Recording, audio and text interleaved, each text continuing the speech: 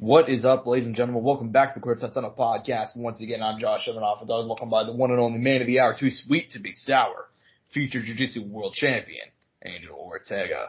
A lot of stuff to talk about this week, boys. We got UFC Vegas 77 to go over, UFC London going down this Saturday. And then as well as a bunch of news, MMA, boxing, both of them being in that news section. Honestly, I will admit, guys, news is going to take up a whole lot of the show. But nonetheless, break into it. We're brought to you by two sponsors of the show, Rogue Energy and ELYXR. RogueEnergy.com. Keep me fueled up, keep me going throughout my day, no matter if I'm at the gym training or if I'm working at home. They keep me ready for anything. And they can keep you ready with code Soundoff at checkout for 10% off. However, ELYXR, our other sponsor of the show, the exact opposite. They'll keep you really high. They'll keep you, enjoying your night. Personally, myself, I'm a big fan of their Delta 8, their HHC, although they do have a whole bunch of other stuff, as well as a whole bunch of ways you can go and take it from gummies to joints to gels, and so on and so forth.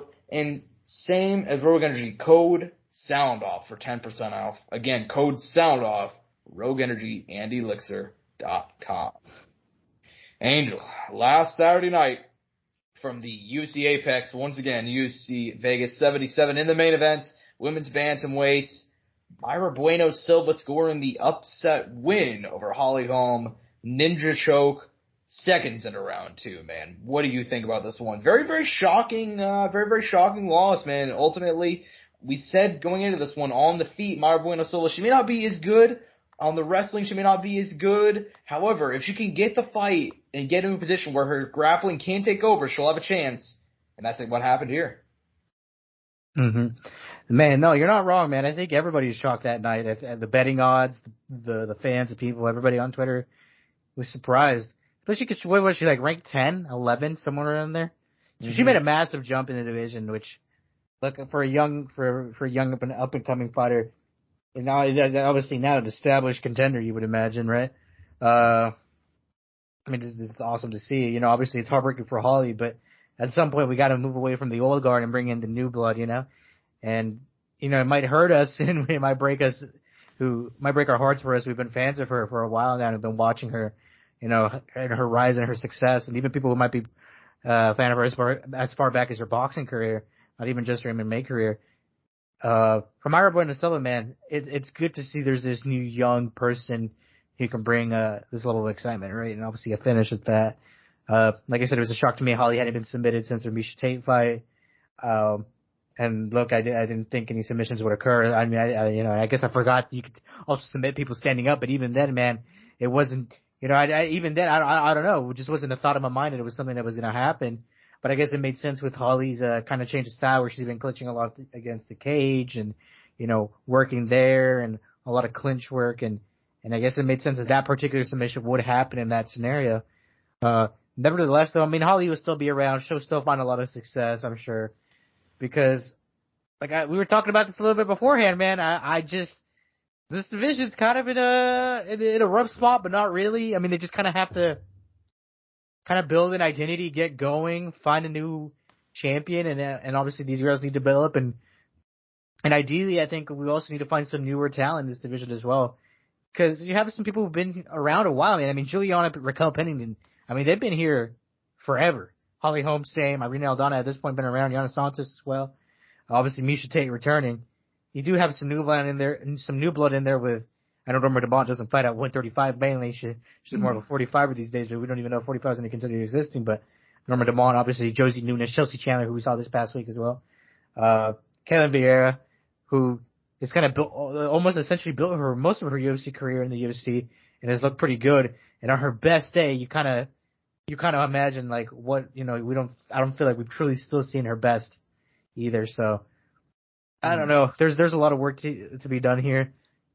What direction they're going to go in, I really don't know. All I know is that I think undisputedly you do need to have Raquel Pennington in the title shot picture.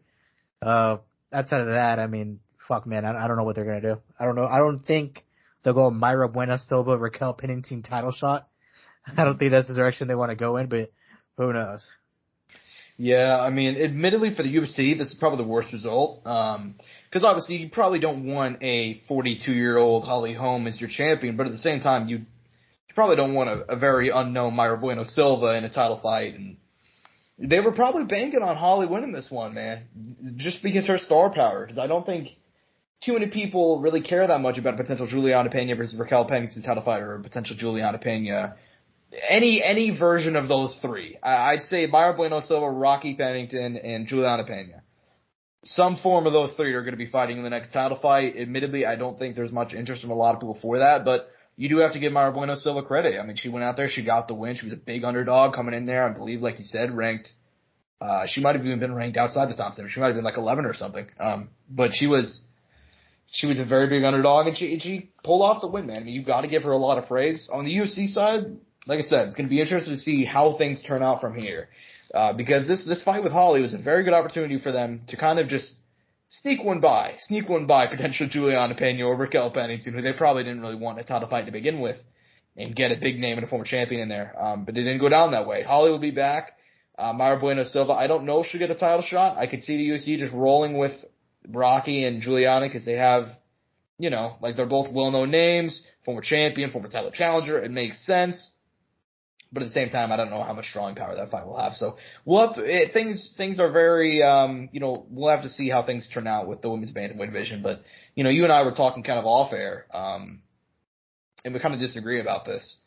I think the women's bantamweight division right now is in a bad place. But I think within a couple of months, once they actually start booking fights and things get back to normal, they could potentially get to like a good place. But for right now, it is admittedly pretty rough, man. So. Nonetheless, though, in the co-main event, dude, Jack Della Maddalena actually got moved up, and dude, Basil Hafez, who came in here on roughly a week's notice, man, gave him hell. In the end, Jack Della Maddalena still wins. He stays undefeated in the UFC. He wins by split decision, but it was an absolute war, fight of the night, and for Hafez coming in here and impressing massively on short notice. What'd you think about that one, man? I mean, look, it makes you kind of wonder. I think it's brought up some questions for Jack Della Maddalena. But at the same time, you also have a guy who came in on short notice, has nothing to lose, is able to leave it all out there in the first round, and get a huge win. But you also have Jack coming on from 2 weight cuts, opponent change, different styles, and obviously different styles, different kind of fighters, and all of that affected the going into the fight and fight day. In the end, though, Jack still gets it done. I thought he won. It was a split decision. I don't think it should have been. I thought Jack did enough in the last 2 rounds to win it for him. Regardless, though, it obviously does kind of open. You kind of wondering, and it's good. I mean, it's definitely good to see these holes for a fighter and kind of a question. And look, I didn't think Jack was 100% like ready to be in the top 5. I didn't see Jack fully there, but I saw him as this guy who was rising and coming up. And with huge potential, and I wanted to continue to see him in these big name fights. And it looked like Sean Brady was the right next step. I know Sean Brady's licking his lips after watching that fight, though. So I wonder if they're going to rebook this one here in a few months, or I don't know how long it'll be. But I think we're still due for a big Jack fight, and a fight that certainly tests them. And I think definitely that Sean Brady fight could have either could have continued to open their eyes, or if not, could have continued this kind of train he's got going right now, this hype. Mm-hmm. Yeah, man. I mean, so a couple of things there. You mentioned that it does bring up some questions, but it does bring up some questions, obviously. I mean, that was not a resounding win, which we've seen. I mean, Jack Della Maddalena has barely been tested to this point in his UFC career. He hasn't been tested. I mean, every single one of his fights has been just pure demolition. So, for this one, I'm going to be honest with you, Angel. I don't take much stock in this fight. I think Hafez, I was actually more impressed with him than I felt disappointed by Jack Della Maddalena. I thought that kid came in there on short notice and he gave it his all and he went there and landed some big bombs, and I came away more impressed because even in that 3rd round there, I thought Jack Della Maddalena, he was landing some huge shots. Other men would have gone down. But he did. You know what I mean? So I do think that it's more of a case of me just being more impressed by Hafez than anything else. And also, I think that, obviously, it's easy for people to look at it and be like, well, Jack Della Maddalena was scheduled to fight this guy, and he was scheduled to fight this guy, and, those guys that were tougher opponents, maybe he would have lost them. But I think, look, dude, this was his 3rd opponent in 3 weeks, right? Like, Sean Brady, and then Sean Brady got replaced by Josiah Harrell, and then Basil Hafez coming in here and showing notice, obviously. He's had 3 opponents in 3 weeks. That's a mind fuck for the most savvy veterans. Yeah. And there's a 25-year-old, 26-year-old kid who's still a prospect, still improving. Isn't that scary? So. He's so young. He's already ranked. He looks this good. He shows this power. Like, his ceiling is very, very high. And like I said, he still has, and I always like saying this, he has over a decade left in the sport, Exactly. Right. That's what I'm saying, dude. Yeah. A decade and then some, I guess is probably the proper way to put it. Yeah, I mean, he definitely has, like, a legitimate, he's going to keep on improving. That's the fun part, is he's going to keep on improving. That much we know. Because even then, like, he started off his career 0-2, dog. Like, I don't know how many people who know that. Like, it took him a while to find success, and he stayed with it. And Isn't that crazy? Yeah. He's going to be one of those facts, like, years from now. Like, like how, Bernard Hopkins started off 0-1 or something. You know what I mean? You got to give him credit, man. A lot of people, when they came up after the first one, let alone the second one in a row, I think he got finished in both, too, right? Which is another crazy thing. I could be wrong about that. I can pull. Yeah, Jack Della Maddalena got finished both fights. He got submitted and then he got knocked out in the first round. But you know where those guys are at now? Not in the UFC. Exactly, because Jack Della Maddalena, he is though. He stayed with it. He's got that dog in him. He's the real African champ, Josh. Oh Jesus Christ! Let's not even. Let's not even start. Anyways, yeah. I mean, I was still happy to see him go ahead and pull off the win. Admittedly, this card. What do you talk about, man? I mean, there were a couple of big highlight wins, a couple of big moments throughout the card. Which ones do you most want to talk about, man? I mean, I think we could just go down one, Josh. Francisco Prada beating Adbena Zaitar. What was in the bag? This could surprise me. I mean, at 21 years, I had seen him. He was scheduled to fight, or he did fight earlier this year, and he had a hell of a fight, a tough fight against Jamie Mullarkey, which is a tough assignment for any guy coming into UFC, let alone a 20-year-old fighter. And he just turned 21 like a month ago. Yeah, I just saw it on the thing. Fighting an Adbena Zaitar who, I mean, we've seen how good he can be. Multiple first-round finishes, punches, kicks, overhands, name it. And he's been in the UFC now a little bit, right? Obviously, he had time taken away because of the whole what was in the bag situation, Still don't know what was in the bag. Still no clue. And he had this young Argentinian 21-year-old. And as far as Argentinian talent in the UFC, we haven't had a lot. And the few that we've had is, highlight Santiago Ponzinibbio has looked great. But outside of that, there hasn't been many other guys or gals. And this guy comes in, and like I said, he's so young and does what he does on that night against an Adbena Zaitar who, at one point in time, you're thinking, okay, this guy is pretty good. You could potentially be a rec fighter one day. He comes from Morocco. And to lose like that, I mean, that was just a shock, Josh. I mean, I don't know if it was, the time away. Maybe Adbena was just a little off. I don't know what it was, but he made Francisco Prado look very good. Yeah, I was very shocked by that one, man. I mean, Adbena Zaitar, I mean, he lost to Matt Fervola, I believe, his last time out. But outside of that, he'd never lost before. He was like 13-1. And to be fair, the kid he was facing is the real deal. I mean, do you know anything about this kid? I don't know a lot about his background, but I had seen him. I knew of him. Yeah. Well, yeah. I mean, we should keep an eye on this kid. He lost his debut to Jamie Mullarkey, but Jamie Mullarkey's he's no slouch. And this kid's only 21 years old. He was born in 2002, Angel. So, Francisco Prado's a bad man. I was pretty shocked to see that nonetheless, though. I mean, I was very surprised to see Adbena Zaitar go ahead and go down like that.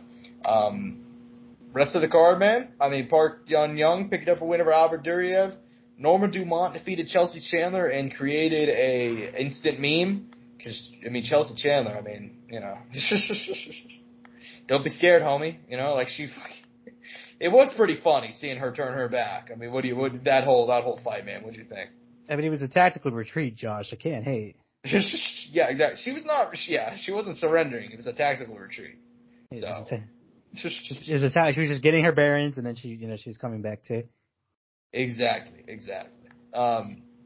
Didn't she post something about DC too? Like she posted a DC thing because DC called her out on her or something. Yeah. Like she had a good sense of humor about the whole situation. Granted, though, I will say it was very different scenarios because DC had gotten fully rocked and got the leg kicked out of underneath him. It was very different than Chelsea Chandler's situation, but I don't know, man. I've never seen somebody turn around and run like that, like Brock versus Kane. Straight up. I've never seen, that was a straight sprint. So, Yeah, I mean, it literally went like, oh, just fucking. She tried to put the burners on her, but I mean, Norma Dumont still caught up in the end. Yeah, right. It But was fun seeing this because they built some nice little over the weekend beef, which I don't even know where this came from. They I just don't beefed know. at the weigh-ins, like it just kind of happened. I don't know what happened.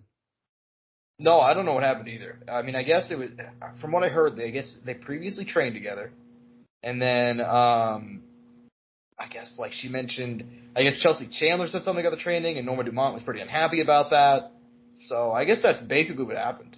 But yeah, yeah. I mean, Chelsea Chandler's having a bad time. I didn't. I saw that she put up one post, and now I'm seeing the one about you that she posted about DC. That's kind of like a interesting decision. This was it. It was a little dig. I think one was fighting John Jones, the other one was fighting Norma Dumont, but you know, it is what it is. Right. Nonetheless, Terrence McKinney, he came up short against Nazim over the weekend. You know, I've seen a lot of people taking their time to kick down on Terrence McKinney, and they're being like, you know, what happened? He fell off so hard. I'm not even one that likes to remember that like Terrence McKinney is still like in his 20s and like like still improving and so on and so forth. Mm-hmm. Like, what do you think about that? Because I'm seeing a lot of people kind of shit on this kid. They're saying like, well, what do you think about his ultimately recent performances? I mean, this is his second one in a row.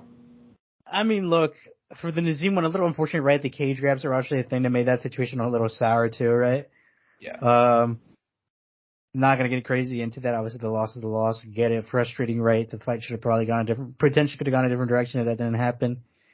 I mean, the Ismail Bonfim one, I mean, that was crazy. I mean, Ismail was just that good. He came in and gave a hell of a performance. I think that guy still has a very high skill set, even though he took a loss too recently. I mean, man, it just goes to show the level, man. And this is MMA. You know, there's so many ways to lose. But you're not wrong. He started out strong. I mean, he had a win over now ranked Matt Frevola, second, what is it, eighth fastest UFC knockout. Mm-hmm. After that, fought Faraz Ziam, who also was a guy who kind of had a little, had some pretty high regard behind him. He's coming to UFC 9-2, picked up 2 wins out of that, coming off the Luigi Vendramin win. I don't know if people remember that name still. And he went into Terrence McKinney fight, and then Terrence did his thing, a first round knockout. And then he took that fight against Shrudover on short notice. It looked so good, but it was short notice, and then it ended up losing. I mean, look, we're not that far away from Terrence McKinney, who could have been ranked. He bounced back from that. I think it's just been it's been a little bit unfortunate. There's been some mistakes. He's learning. Yeah, I mean, he just has to figure out how to put it all together, I think, because he has the skill set, he has the talent, he has a wrestling background, he has power. But at the same time, you're not always going to get these guys out in the first round. I mean, if you go look at his Tapology, I mean, he's never seen the third round in his whole time of being a professional fighter. Not even as an amateur. So that's another thing. And we don't even know how he looks late in the second and, at the start of the third.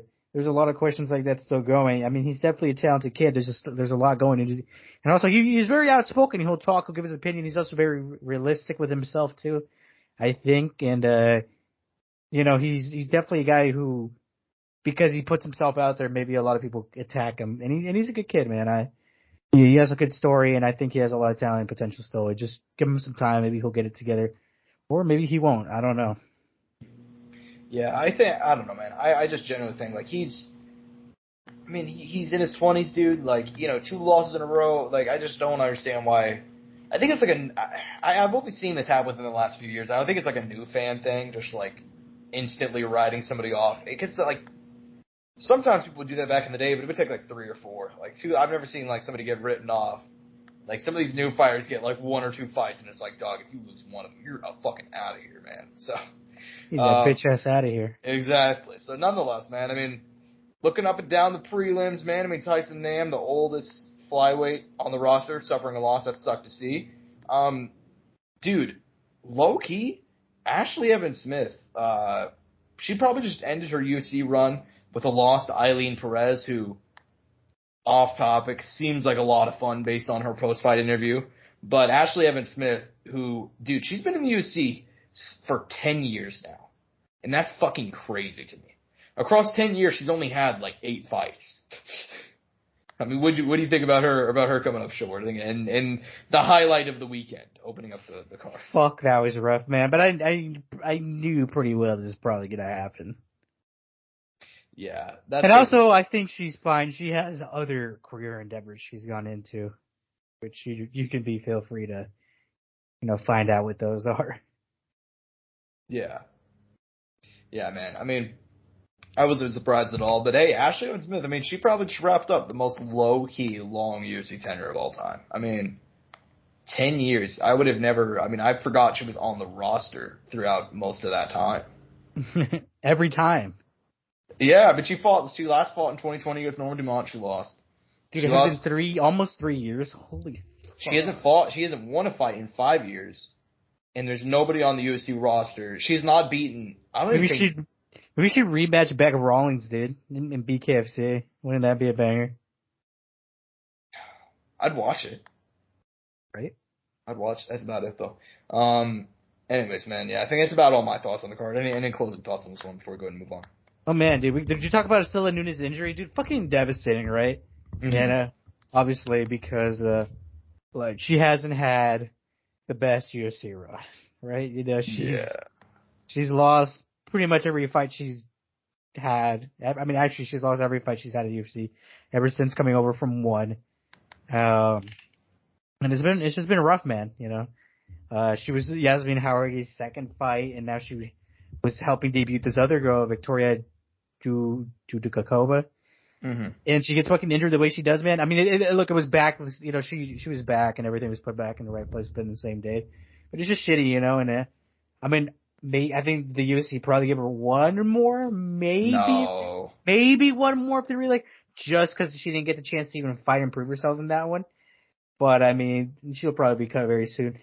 What is this guy's name? This guy has I heard it pronounced on the broadcast. Melikis. What is his name? I heard him say it on the guy's Melikas Costa. I can't say his name. I heard him say it on the broadcast. I even tried to remember it just to say it specifically. God, he looks so good against Austin Lingo. I actually had a lot of interest coming whenever he made his UFC debut, but my only thing was he was fighting Thiago Moises, and it was up a weight class. I don't think it was on short notice. It might have been on relative short notice. I don't know, but he's just a guy who I think I have a lot of interest in. He has a very high skill ceiling, a lot of potential. We saw it on that night. Obviously, Austin Lingo, a fucking dog, hard to get out of there, man. Couldn't finish him. He tried his fucking best and wasn't able to get him out of there. But definitely some potential there. And I don't know did you mention our boy Azat Muxcom? No, go ahead and take the lead on that one. Against Tyson Nam, obviously undefeated guy coming in, had the split decision, was a close fight. But, hey man, new flyweight contender in the picture. Nice to see you. A new face in the mix, 28 years old, so hopefully we see him here get the ball rolling. For sure, man, for sure. Overall, what do you think about this card? Rank it out of 10. I mean, I'd give it probably like a solid 6. I mean, not great, but... 6, yeah, I think, 6 is actually a very fair score. 5.5, 6. Yeah, it's about what I feel, but... 5.75, Yeah. Admittedly, I don't think, I'm excited for this weekend's card. I don't think it's like that. It's not as good as I want it to be for a card that's UFC London. You know what I mean? But nonetheless, I mean for a London card, they're missing their major London guys. They're missing Patty. Obviously, they got Molly, they got Tom, which are good, but they don't got Patty on it, and they don't got Leon Edwards, another person. I mean, those are people who I think if you have a London card, I feel like you got to have one of those two guys at this point. You know what I mean? Yeah. But I mean, shit, but Patty might be out till next year. We haven't even talked about that. I know that's kind of like a little off topic right now. No, you're good. I mean, well, Patty, the thing about Patty is he fucked up his ankle in that fight with Jared Gordon. And I did not, I mean, I'm not a huge Patty Pimblett fan, but I thought people I didn't like his response to the fight, but I also thought people kind of gave him way too much slack because he hurt his ankle early on in the first round. So he was basically fighting with one leg in there anyway. So, I mean, but yeah, I mean, he's expected to be out potentially until 2024. I think he even addressed I think he might even addressed that he was gonna not be getting so big between fights too. Yeah, he said that he's done having 8,000 calorie days when he's out of camp. Holy fuck! I can't even imagine eating 8,000 calories. Well, I think he realized too he probably had like a legitimate eating disorder, which obviously this is just pure speculation. But I've heard fighters talk about this before, and they're like, "Yeah, dude, you through fighting and weight cutting, you begin to develop a fucking eating disorder, which is no fucking joke, which I mean is an actual thing. And obviously I don't know, I'm not a fucking expert, I don't know all of this, but I'm pretty sure he probably had this to the extent where he's going from being really, really fit to very, very big. And obviously just as a general health thing and a longevity thing you probably don't want to do. So it's actually very nice to hear that he's actually deciding to take on this health choice, and make a change. Obviously, will it actually stick through? We don't know that yet, but I think it's the right direction, Mm-hmm. Yeah, man. So, I mean, I think we should probably go and redirect just to the actual fight card itself, but one last thing I actually want to go ahead and say about Patty.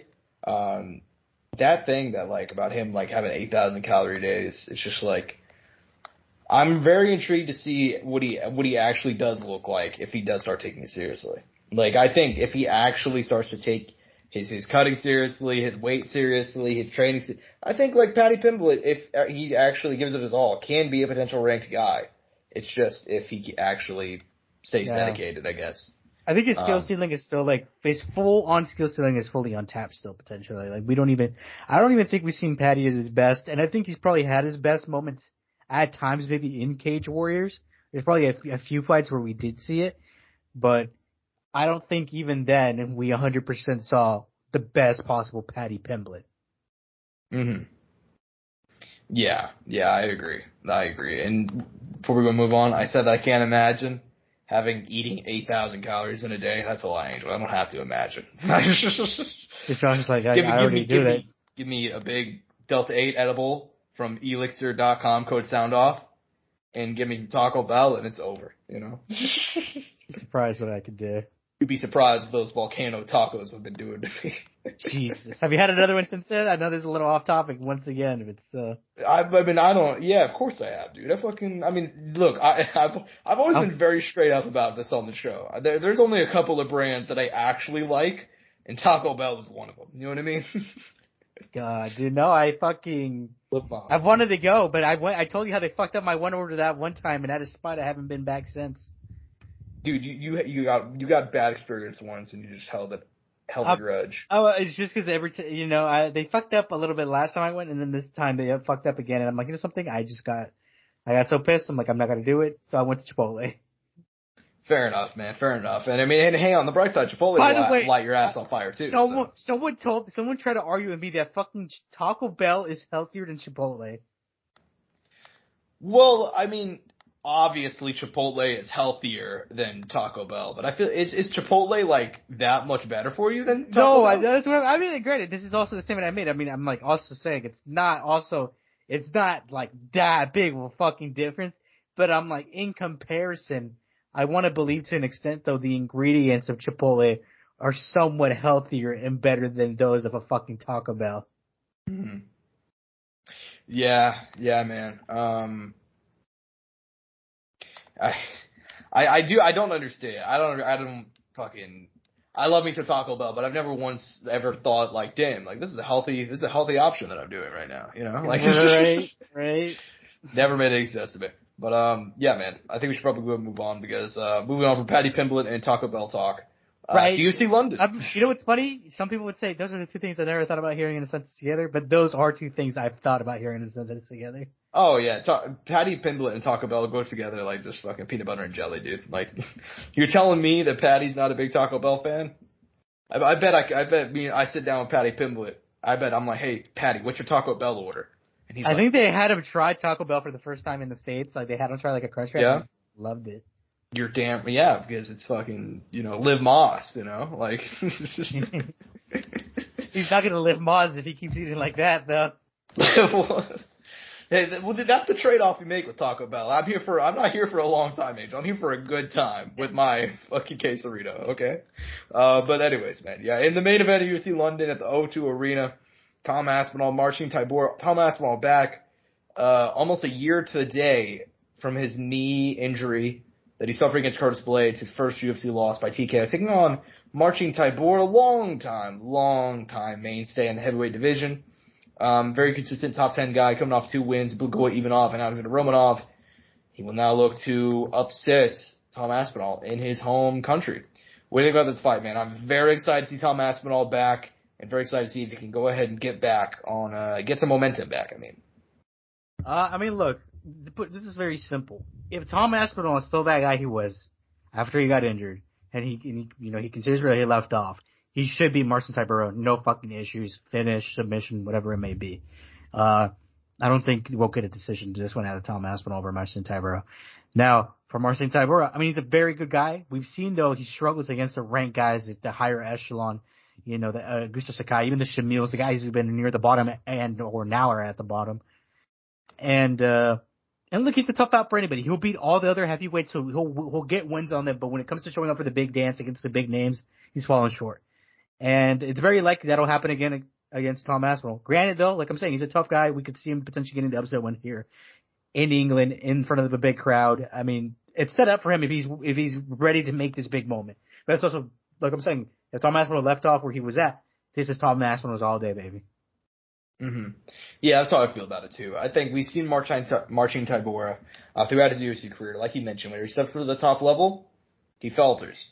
Now, he's had moments where he's kind of broken through, and he surprised us, but I'd say that's mostly been pretty correct. So I'm going to take Tom Aspinall as well. I think he's just going to get back on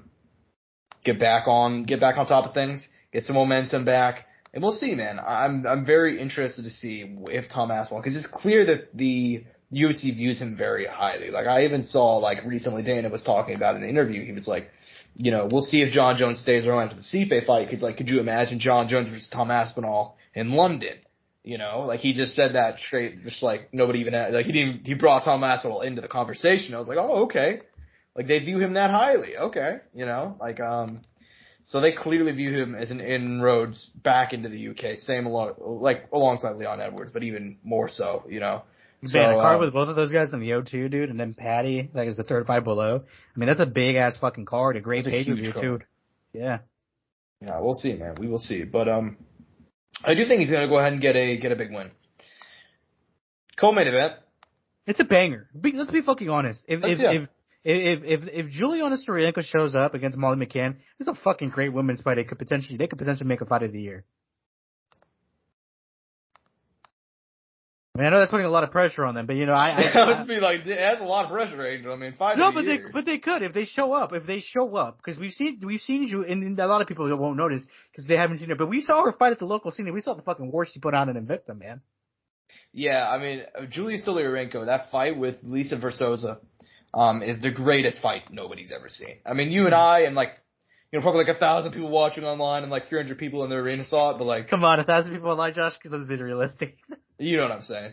But yeah, nobody saw that fight. But that fight is dude, Lisa Versosa came out of that fight looking like a horror movie victim. She's only fought once since then. Dude, I remember I was about to leave a little earlier, just because we were gonna go get food because we hadn't ate all day. I was there with one of our friends. And, dude, we had to stop. We stopped at the end of the tunnel to turn around and watch it from the tunnel because they were still going. And we were like, oh, shit. Well, dude, I've talked about it. They bled so much. I walked by the cage on the way out and I just smelled pennies. It was so much blood in that fight. And yeah, and look, I know I'm putting it out there and look, it could happen, it couldn't happen, but I think the perfect dance partner for something like that to happen again is Molly McCann, man. You know what I mean? The one thing is, and the one worry for me for Julia Starienko is, dude, this will be her third fight in four different weight classes, or 3 different weight classes. She's fought at a different weight in her last 3 fights. Mm-hmm. Against Jessica Rose Clark, 135 bantamweight, she went in at 136. Against Chelsea Chandler, they did a catch weight at 140. And then she is now making the weight, I'm guessing the change in weight to flyweight at 125. And we've seen her scare at making a weight before. And that was, she was only trying to make what was she trying to make against that girl before she passed that? I think she was trying to make 135. And that was scary. So I don't know how 125 is going to go. Maybe there were some issues in that camp, maybe some travel or whatever it may be. But that's a little worrisome, at least for me personally. Granted, though, I'm sure she had to get it approved by the PI because, they've told fighters before in the past, hey, you have to change the weight that you're fighting at because you're having serious issues. It's been a thing that the UFC has addressed before. So I'm assuming things are all well. But regardless, Josh, my pick is still Molly McCann for the win. Also, this is a weird co-main event because you have Andre Muniz, Paul Craig on this main card. Nathaniel Wood, Andre Fili, that you could arguably put there as well, and they're not. So, just saying, I think those people also had a merit and potential option to be there. Maybe even Mark DeCasey, Joel Alvarez, underrated pick in my opinion that could have been in that slot as well. Yeah, I mean, so a couple of quick thoughts. Yeah, I mean, I do believe actually, like I'm on fully. I don't know about a fight of the year, but I think if Julia Stiller can make the weight, she's very entertaining. I think she's been one of my. I mean, she's not. Let me be clear here. She's not very good. Like she's not gonna. I don't think she'll ever be ranked in the UFC. Like she might. This might be her last UFC fight, but I think she is fun as fuck to watch fight. And I think Molly McCann, like you said, she's a perfect dance partner. These two should put on a fun fight if it happens. Because I don't know if we said it before. We keep on saying if it happens. Julia Stoliarenko, like, you know, you kind of highlighted, missed weight. But not just missed weight, like, she's had, like, 2 fights where it's like she's been on the scale and she's just, like, shaking. Because she can't, like, compose herself. And she just cut so much weight. She literally can't stay. Like, she passed out once. Like, she's had a rough time cutting weight. So, yeah, I mean, if she can make it there, it'll be fun. But the question is, will she be able to make it there? So, nonetheless, man, the rest of this UFC London card, admittedly, is it worse than their recent offerings? Yes, it's much worse than their recent offerings, especially if you're considering the fact that there's a pay-per-view, and then obviously, whenever the pandemic ended, they went out and just were having some huge fights. But, nonetheless, I mean, looking up and down, there are a couple of really fun fights. I mean, you got a featherweight Nathaniel Wood taking on Andre Fili. That should be a banger down at 145. At middleweight, I'm very intrigued to see Andre Muniz back for the first time since his first UFC loss to Brendan Allen, taking on Paul Craig, who is moving down from light heavyweight, coming into the fight off a 2-fight losing streak. And for a minute there, it looked like Paul Craig was going to potentially come on as like a potential title challenger. I'm interested to see him at 35 years old moving down to middleweight. I'm surprised by that decision. Interested to see how it turns out. Angel, what do you think about Paul Craig moving on down? I mean, it's a big weight change, man. I mean, that's a lot of weight that he'll be losing from 205. And it's a lifestyle change, too, to continue to want to make the change to 185 and continue, I'm guessing, going forward, fighting at 185. Granted, though, by the way, Andre Muniz, Paul Craig, is probably the best matchup they could have made for Paul Craig at 185, right?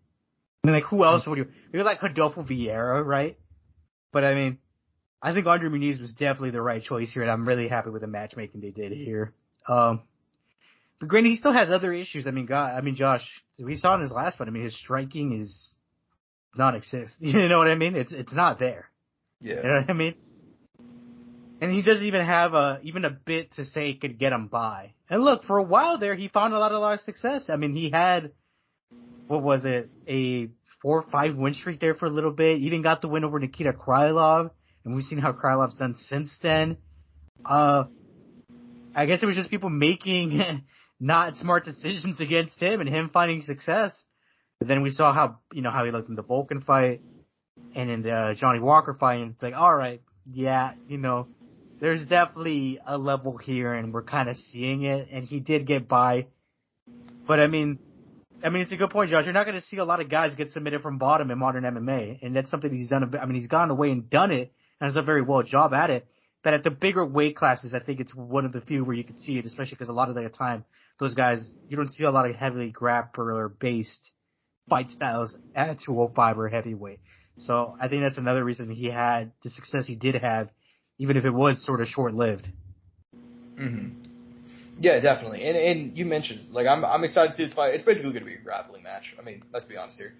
Between Paul Craig and Andre Muniz. I'm excited to see the styles clash. I'm not surprised necessarily that Paul Craig had a lot of issues when he hit the top. I just don't think going to middleweight is the answer. But in terms of a fight, I'm excited for this one. I'm very excited for this one. I do think this fun match is for him. It's just, I would have not moved down, especially at 35.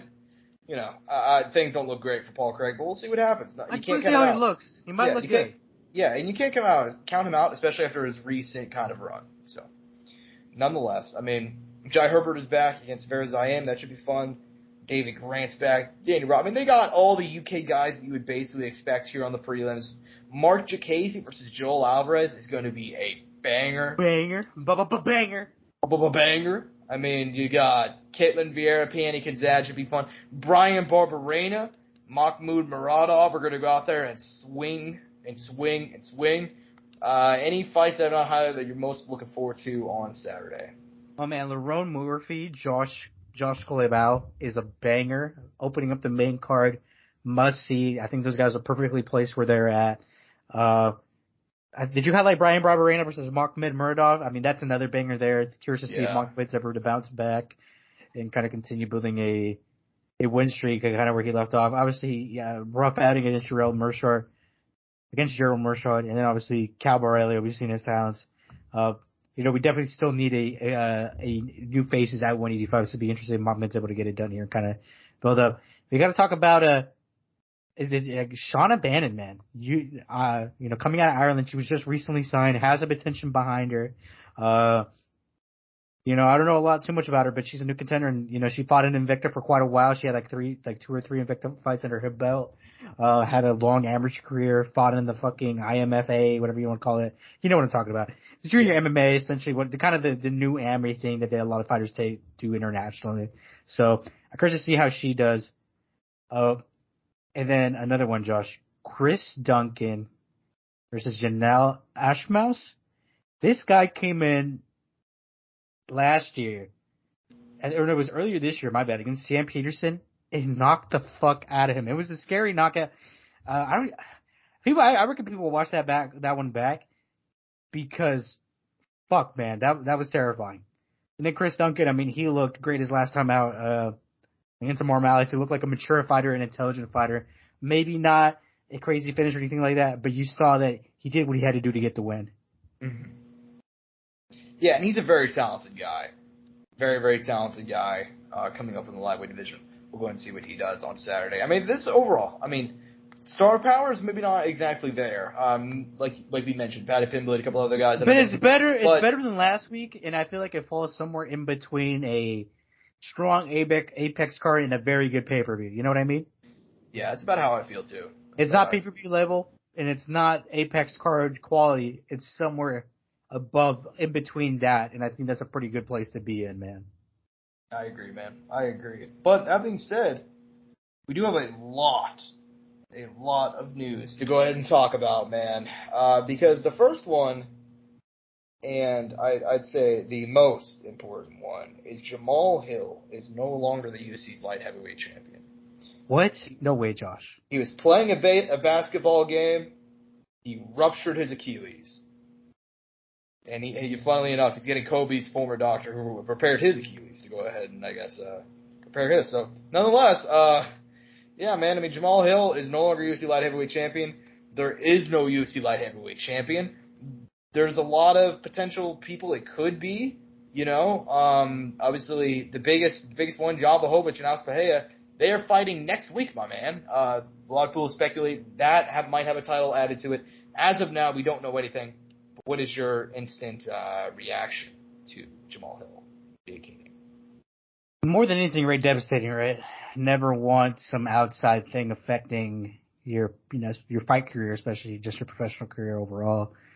And an injury like this, man, is devastating. It's probably one of the worst things that could happen to any athlete, right? There's a good chance he might come back, and it might never be the same. You know what I mean? And obviously, basketball and football and all of that and soccer are very different sports than MMA, and kind of the way that part of the body is used. But it doesn't take away from how much, it's hurting. As far as the division itself, and look, regardless, we know Yuri Prochazka's there. I don't think it's actually that hard of a situation. I think if you're not going to make an interim title between Jan Blachowicz and Alex Pereira, and then that guy fights Yuri, then you have Yuri and Magomed Ankalaev right there. And if you don't want to do Ankalaev, you wait for one of these guys to fight, and they get the title shot against Prochazka. Because no matter what, Yuri's going to fight for the title. So I think they're not in a bad place. And then for Jamal, I think he was also told that no matter what, when he would come back, he would get a shot at the title. Mm-hmm. Yeah, and dude, just light heavyweight. I mean, John Jones must have put a fucking hex on the belt when he left, dude. Because you had the draw back in December between Jan and Magomed Ankalaev. And Magomed Ankalaev, who I guess just disappeared after that fight. Damn, dude. I mean, light heavyweight's in a bad spot right now. Obviously, Jamal Hill will probably return to a title shot, whatever that is, but, Achilles issues are pretty fucking bad, so I don't think he'll be back for a while. And in regards to this situation, I don't think Jan, they said Jan Aspinall might get a title shot. I don't think they should, but, there's no good answer right now. Like I said, no matter what, you have Yuri. I think Yuri, no matter what, is in that title picture. You just need to find who's going to be the person across the cage. And you got, like I said, you got 2 or 3 guys there as options. It's just a matter of how you want them to play out or what direction you want to take, Mm-hmm.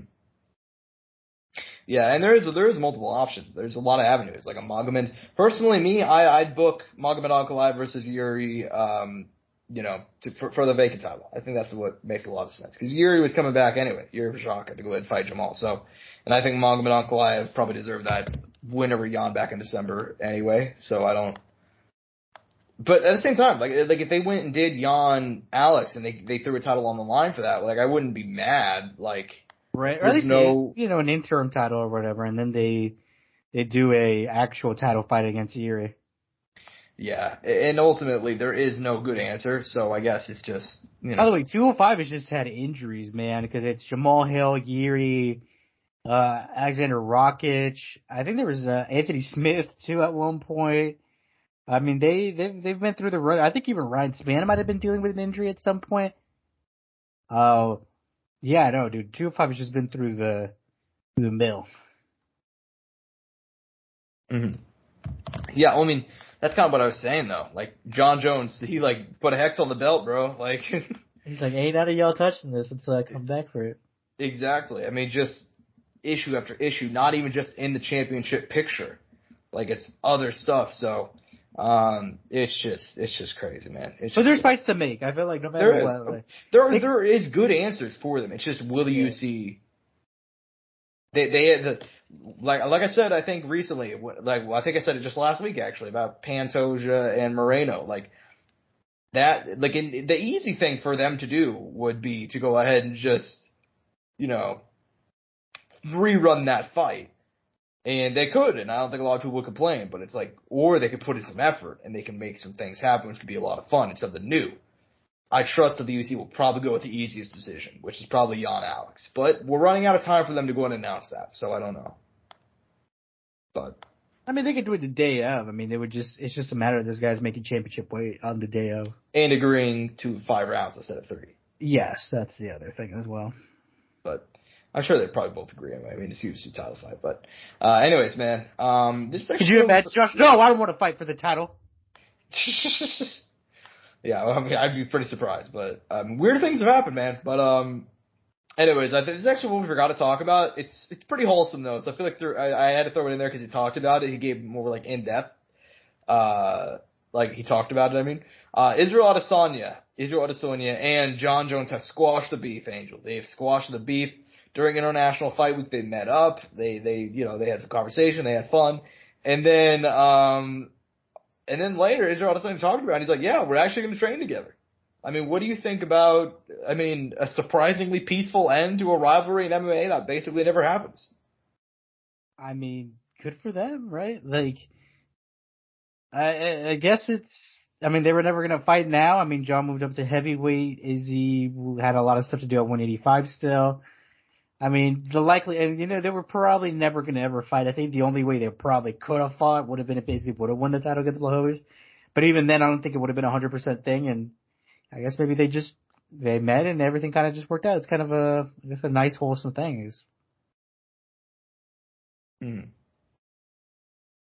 Yeah, man. It is pretty cool to see just. I guess it's just wholesome because admittedly I'm somebody who I've taken big aim at John Jones and I think deservedly so. I think everybody has a right to feel about some of the has the right to feel a certain type of way about some of the things he's done. Right, that's how I feel about it. I do think, he seemingly squashed the beef with DC. DC said, like, we don't have to get together and have, like, a big conversation, but yeah, like, we're on all right terms with one another. He squashed the beef with, Izzy. It took some time, but maybe John Jones really grew up, Like, I'll give him props. Like, he's trying. I feel like he'll, like, do, like you said, he'll do good for a while, do a lot of good things, and then he'll fuck up. And who knows, maybe this could be a continuation of that, but at least as of recently and for a little bit while now, it's been looking good. But granted, it hasn't been that far removed since the whole situation in Vegas either. So there's still a lot of time, and John Jones is probably going to be around for a while, no matter what. Maybe not even fighting, but just in the world. Yeah. Yeah, man. Definitely. Anyways, I think we should go ahead and move on because, dude, Conor McGregor, he finally got one. He got one. Angel, Conor McGregor won a fight. Cue the fucking fireworks. Cue the celebration. No. I need to clear that, Josh. He didn't win a fight in the cage himself, but he won a fight on the Ultimate Fighter as far as one of his fighters getting a win. Let's not get people too rattled up either, Okay, fine. Let me be clear here. Conor McGregor's team won a fight. They will not be, they did not make history. He will not be the first coach in Ultimate Fighter history to have his team go winless. Gets a knockout win. The last possible fight, man. What do you think? Good, man. They needed one, and it came from a guy who really didn't get that much attention this season, which is kind of awesome to see, right? There's always one or two guys who don't get highlighted a lot during the season, and who maybe, or at least early on in the season, maybe later on they do because they stick around and they get fights. But he was definitely Rico was definitely one of those guys that I don't even remember up until this fight, Mm-hmm. I mean, next week we'll get all the matchups and downs. We'll see who he's fighting. I guess they're calling for that Timur fight, which, I mean, that's a hell of a fight for him. Hopefully they put on a great show. This past fight was a banger, though. I mean, let's say it. I mean, that was probably the best fight they've had. Mm-hmm. Obviously, I think. And it's funny because Conor's guy won, and it made it the best fight. But outside of that, like, excusing that as well, the fight itself was very good. Yeah, it was a legitimately good fight. And seeing Conor celebrate afterwards like he just won the Super Bowl, I was legitimately happy. I was like, good for you, Conor. Like he ate a lot of shit over this season. So, and hopefully Rico can continue winning, right? Just to be like, everybody doubted me, all of this, all of that. And look, I'm going to beat Timur, and I'm assuming he's going to fight Timur because it's kind of like the fight that got hit a lot too. Which, I mean, that's a hard ass fight regardless, but like I said, hopefully he's able to continue just for the sake of his story, right? Not so much the sake of Conor and Conor's team, but for himself, right? But dude, it's kind of sad, right? Like now these vet guys, Jason Knight, and Jason Knight's the one I always remember, but I can't believe it. Austin Hubbard, just to name a few, they're all going to have to, Brad Katona, they're all going to have to fight against each other now, man, which is kind of sad because they've been kind of a strong team. They've been supporting each other. They're all vets. They get it and they understand, like, and I'm sure no matter what, the UFC will probably bring some of these guys back. Not all of them, but I think it'll, definitely, bring some, and especially like a guy like Jason Knight who had such a strong start to his career and then had a fall off and then fought in BKFC, fought in I think Jorge Masvidal's a bare knuckle MMA promotion. I think could be wrong about that. It'd be kind of cool to see him kind of come back around and maybe find some success at this point in his career. And granted, like I said, there's a lot of storylines going into it. Like I said, we mentioned Rico, we got Brad Katona, obviously that's a whole story in of itself, being a former tough winner, potentially being the first two-time tough winner, and obviously being one of Conor's boys. And then, like I already mentioned, Jason Knight, him, coming back and his whole story. Austin Hubbard, just, cool guy. And is it Austin Hubbard who's still, who's the fighter dealing with the injury, Josh? I keep forgetting his name. I believe it's Austin Hubbard. I can't remember off the top of my head. It's Austin Hubbard. Austin Hubbard's appointed, but regardless, no.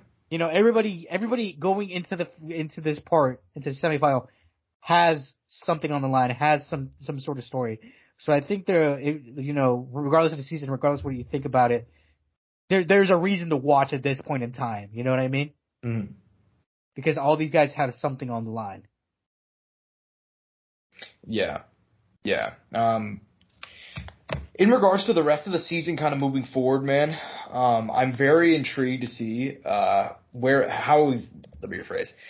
far Conor's guy is going to go.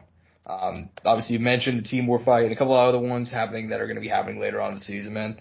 I generally think that I was very impressed with Rico, man. I was very, very impressed with him pulling off the win. I'm interested to see how the dynamic, like, above all else, outside of, like, the fights themselves, because, like, you know. Well, I don't know if they're going to keep most of these guys anyway. Like, I'll be honest with you. When it comes to, like, winning the Ultimate Fighter, it's kind of like, eh. Like, I want to see how these guys train. I want to see their personality. I want to see, like, that sort of stuff. Because these guys are almost all going to stay around anyway. Yeah, but, I think it'll be a lot less than what we think, but I think they're definitely will pick some. You know what I mean? I think if anything, they probably already had their eyes on some of these guys, but maybe they didn't want to bring all of them in, and maybe the Ultimate Fighter was the perfect way to bring some of them in. I'd be willing to bet that's exactly what happened. And on top of that, it'll weed out the ones they do want and the ones they don't want. You know what I mean? Like I said, it's sad because you'd love to see all of these guys back because they're all so good. And no matter what, they'll always be on the backbone. Like, maybe they don't come now with this wave of the first guys who are winning. They could come down the line on a short notice fight and make it back to the UFC. Mm-hmm.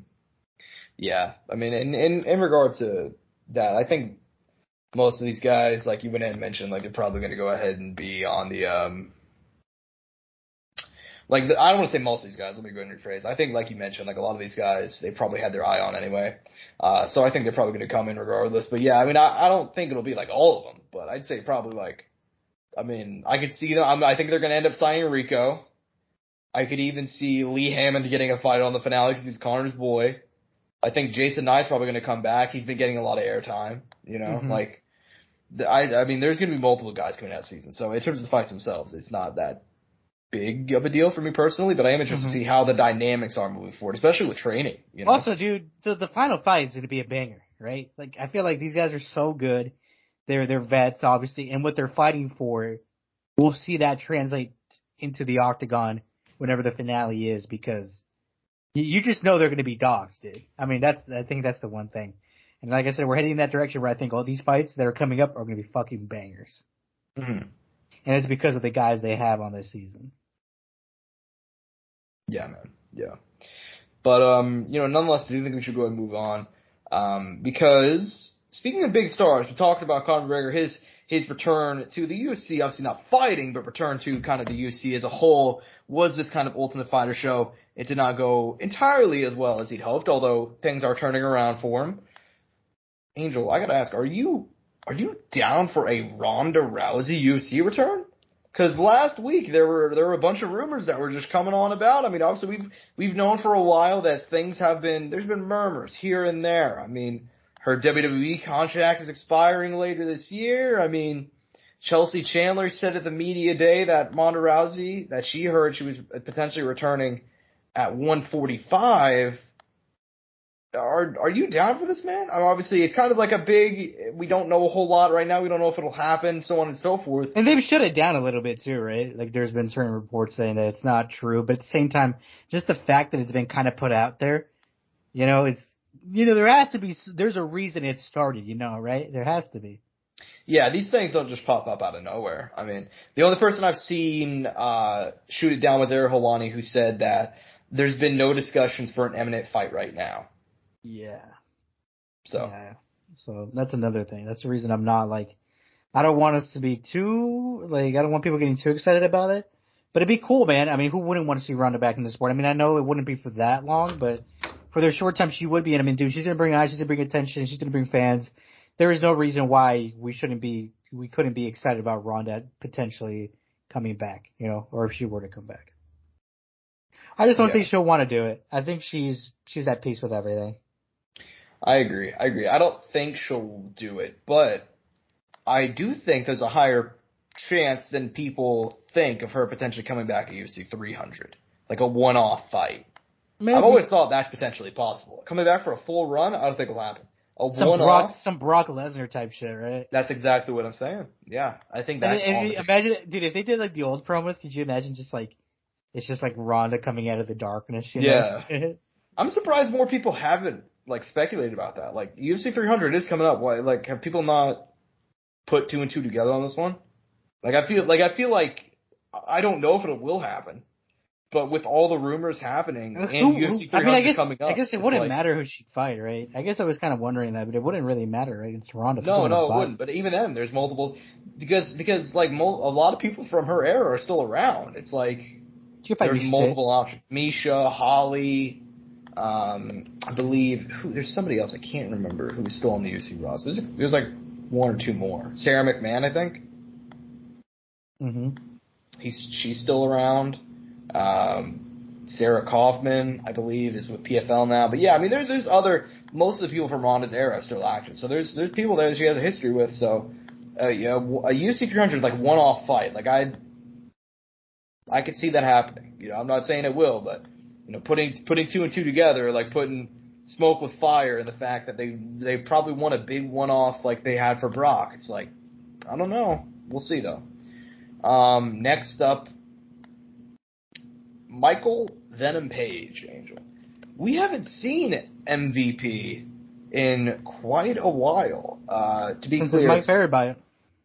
Yeah, correct. Since his loss to Mike Perry. Actually, never mind. He beat Goichi actually in March. Oh, he did? Oh, then we haven't seen him since his KSI cameo. Yeah, right. So he defeated Goichi Yamaguchi. He destroyed his knee in March.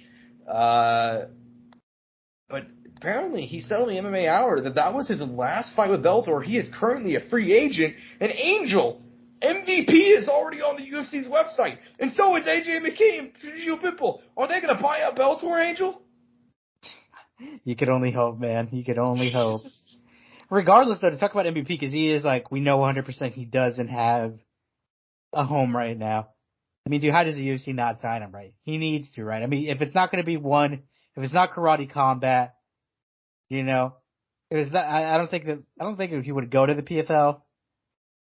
I mean, the UFC, I mean, this guy is way too entertaining to not potentially bring in. And I mean, a Wonder Boy fight is like it's a match made in heaven. You already have his first opponent. You know what I mean? Mm-hmm. It doesn't even matter if Wonder Boy's coming off a win or a 3-loss streak. That's a banger of a matchup. Stylistically, those guys are great together. And obviously, there's still a lot left in the tank for MVP. So. Yeah. Well, and I'm seeing some people, like, there's still some people who, like, are like, MVP, he's a can crusher, and he's this and he's that. It's like, I'm not going to try and speak to those people. Because MVP has always been in that weird space. But, like, Bellator, just their welterweight division has always had, like, some talent, but it's not been as deep as some of their other ones, But he's beaten some big names, Paul Daly, David Rickles, Cyborg Santos, Douglas Lima, Derek Anderson, Goichi Yamaguchi. Like, he's beaten some really good guys. And like you mentioned, that Wonder Boy fight, man. UFC, please. I am begging the UFC to prove me wrong. Like, Josh is on his hands and knees right now. Dude, I'm like, please. Like, cause I talk so much shit about the UFC. I say, like, they never get any big free agents. They never do this. They never do that. Dude, fucking please prove me wrong. Like, please sign MVP. Josh has the zipper down and everything, dude. He's committed to the bit. I'm like that guy from the Fire Festival, dude. Did you ever watch the Fire Festival documentary? No. What? You don't know about that? No, I know about the Fire Festival. No, I know about the Fire Festival, but I don't know about what the fuck. There's a Fire Festival documentary, I want to say on Netflix, where they talk to this guy who's like an executive. He's like this older gay dude, and I guess they asked him, like, would you suck? Like, he's like, would you, like, okay, hold on. You had to bring yourself to it. It's okay, Josh. I'm here for you. So, okay, it was Andy King. I'm up here like Andy King, who was prepared to suck dick to get water at the Fire Festival to make sure that the people had water. He offered to suck dick, so I'm Andy King down there, dog. I'm Dude, what a dog, by the way. He was willing to fucking do that. Andy King had that dog in him. And luckily he didn't have to have that dog in him, if you know what I'm saying, but he was down for the cause. Jesus. I'm down for the cause too. UFC, please prove me wrong. Sign Michael Venom Page. Go out, do something fun, please. But I expect he'll end up in one championship or something, or PFL. I don't think he'll sign with UFC. I think probably either Bellator or maybe BKFC potential. I just don't think the UFC's on the table. You think he could re-sign with Bellator? It's just that right now he's But I think didn't he say he wanted to test the market out? Like he actually wanted to like. But I guess that actually means looking at your options, right? More than anything. Yeah, he said he's gonna go and look around. That's basically what he said. Yeah, so I don't know. Like I said, I think the UFC should definitely go for it. But if he does end up in one or in fucking PFL, I mean, I'd still check him out and look, he'll have a successful career. Yeah, for sure, man, for sure.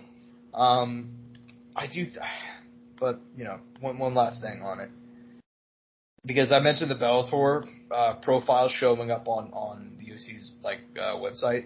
People lost their minds, dude. And then I put up a post like, you know, Sexy Yama's back in the UFC, you know, like because Sexy Yama was on there, and then I saw Jose Canseco is on there, you know, and so is Hongman Choi. Angel, are we gonna get the rematch between Jose Canseco and Hongman Choi in the UFC? Yeah, I mean, guys, just don't take the UFC's website seriously. You know, like just I'd recommend you should do that. Just don't take it seriously, guys. Because I saw a lot of news outlets reporting that, and even I was like, come on, guys, fucking be better, you know? Like, but anyways, man, Angel, I gotta ask. We got Conor McGregor's Notorious, right? We got his big documentary. We are now getting at Home with the Furies. It's a Netflix television show about Tyson Fury, Tommy Fury, John Fury, and the whole thing. I will ask now, as I've done previously, what is your excitement level for At Home with the Furies, which we'll be releasing later this year? Like a 7.5, I'd say. You're actually excited for it? Yeah, like a maybe I'll go lower than that, like a 6.5 to a 7. Yeah. Yeah, I mean, I'll watch it. I just saw that it came out, like, they just announced this morning, which is why it got included in the rundown. Which good for Tyson, I guess. You know, good for them. I don't think it's going to help either him or Tommy with the type of fan response they've been getting lately. A lot of people have been bashing him because, you know, Tommy, you know, who he said he wanted to be like a real boxer at the start, now is fighting, you know, Jake and KSI, although I would do the same thing. And now Tyson's fighting Francis. I'm sure that a lot of people would probably be pissed off, take some shots at them over this, but I mean, good for them, man. Good to get paid. I'll probably watch it. So, you know, it is what it is. You know, we'll review it. We'll review it for you guys. We'll review it. We'll watch it so you don't have to. Love that. Right. Nonetheless, man, we got this is our last piece of the day, man. Misfits, which we did go and mention a little bit last week, just to go ahead and talk about the kind of situation going on with the Zone and Kingpin. Well, Kingpin was last weekend. We got to see my girl Barbie pick up a big win. For my money, Barbie's the greatest boxer of all time. But anyways, yeah, I mean, we got Misfits this weekend. They're back with their Survivor tag. There's another tag team fight.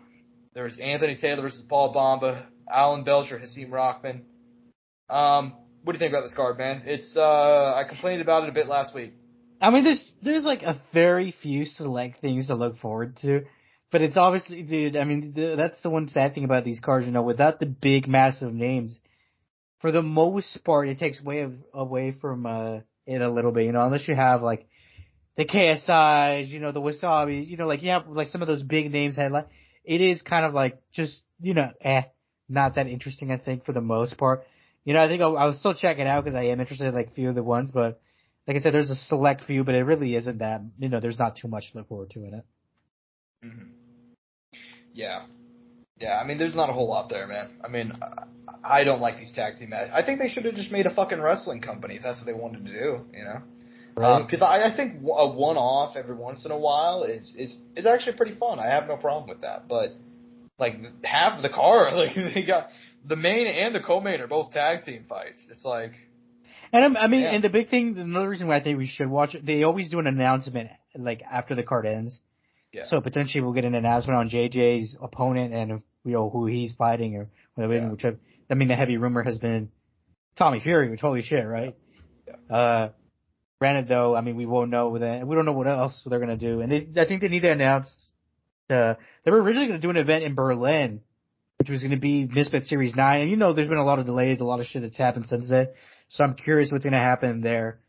So I don't know. I feel like there's still a good reason to check it out.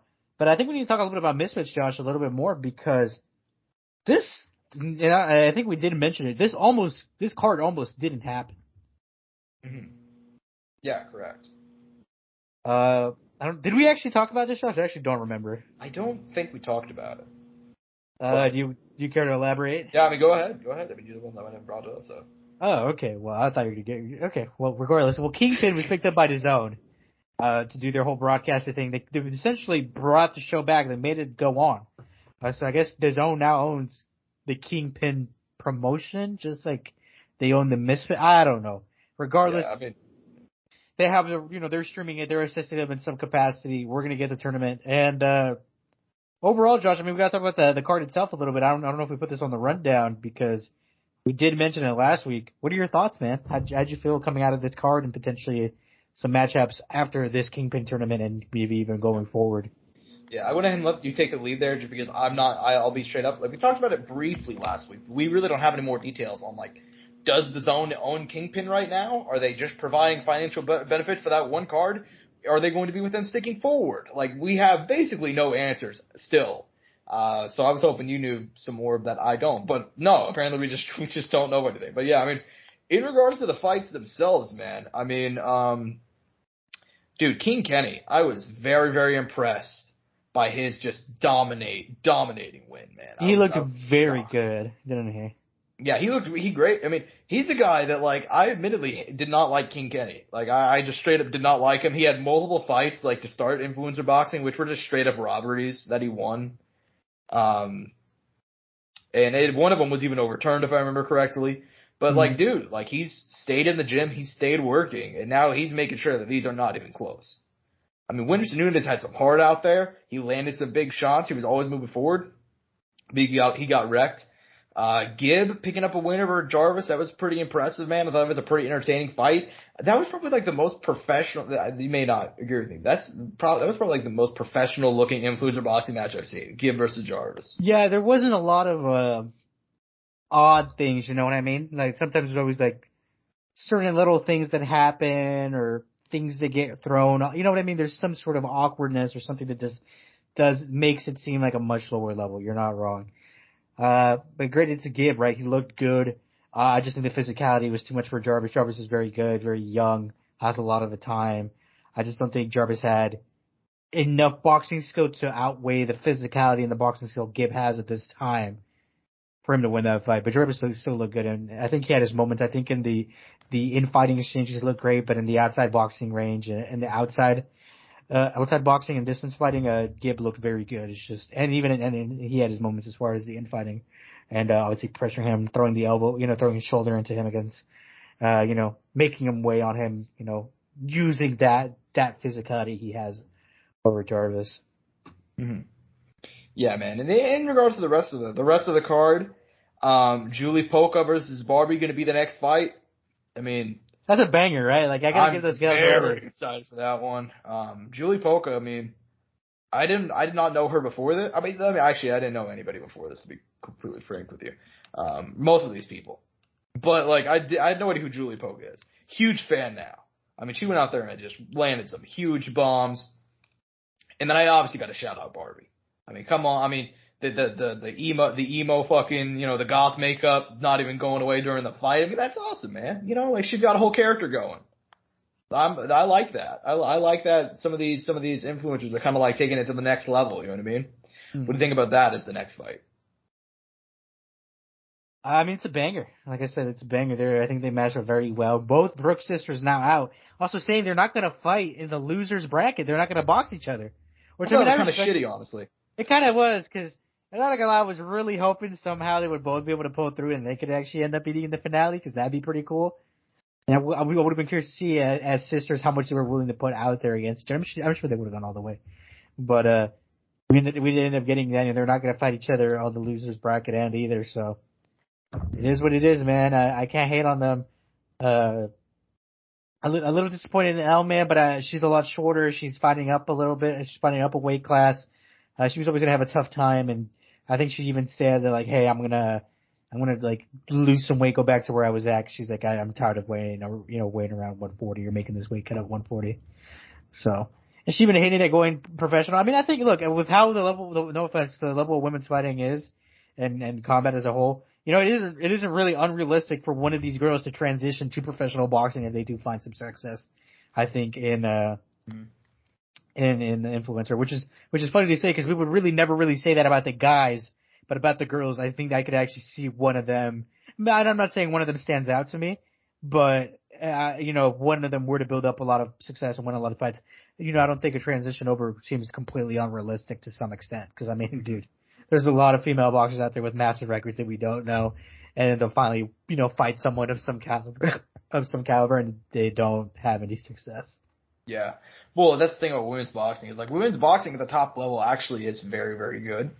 But it's past like the top 10 of any division. It's basically, it falls off a cliff. Like you can look up records of like, I had to do like a piece for Shadiza Green recently, like just like an announcement post for like, cause she got added to Jake Paul's undercard. And like I was looking through her record and like the fight before her most recent fight, she fought some girl who was like 8-4. And it was like a world title fight. And it's like, like what the fuck? There's no depth. Like the top 10 was too nice. Top 5 of every division is not bad, but it's like below that, it's just struggles, But ultimately, man, I'm excited to see what happens next with Kingpin. I'm excited to see the final fights. King Kenny versus Gibb is an incredible fight. Excited to see that one. Julie Polka versus Barbie. I'm pulling hard for Barbie, just because, I've said it before last time, but like I've tried to get my girlfriend into fighting, and to be fair, she likes MMA a fair bit. Like she'll watch, like I'll be watching on the couch.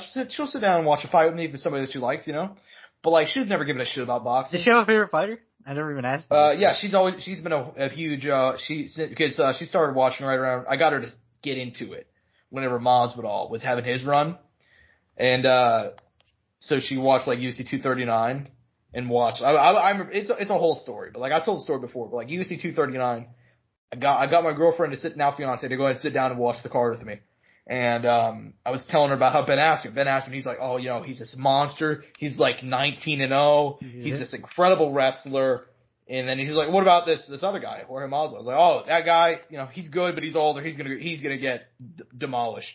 And I wasn't even looking, I didn't even see the knockout. I was looking down at my phone, and I hear my girlfriend scream to my left, and fucking Ben Askren's out cold on the canvas. And she brings it up at least once a month to this day. So, but yeah, I mean, to redirect it, it's like what a good card though, right? To get into because that was a banger of a card. Yeah, that was John Jones and Thiago Santos in the main event. So, yeah, that was a banger card too, so. But yeah, I've tried it. She sat down and no, does not give a fuck about boxing. Never cared about boxing. But then she sees that Barbie's fighting. She's just like, oh my god, I gotta see. Oh my god, is she doing well? Like, oh my god, like just losing her shit.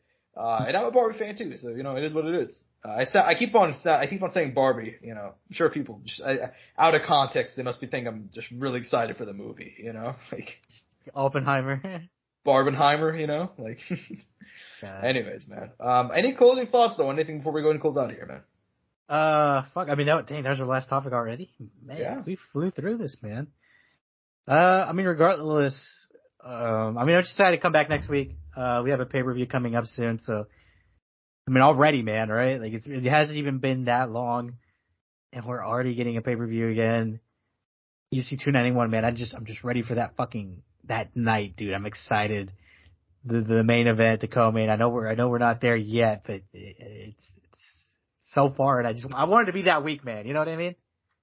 You know how like you just have like floating, like just you have a brain. You have like floating thoughts. A thought will just randomly pop into your head. Last night I was just sitting on my couch playing GTA, and I was like, oh my god, Dustin Poirier and Justin Gaethje fight in 10 days. Like it was like, oh my god, holy shit, like just.